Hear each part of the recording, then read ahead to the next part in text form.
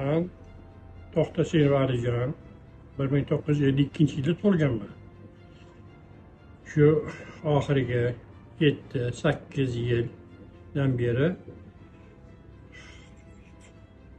anaqada uragiga kasal bo'lib qoldim. Ya'ni prostata adenomasi bilan og'rib qoldim.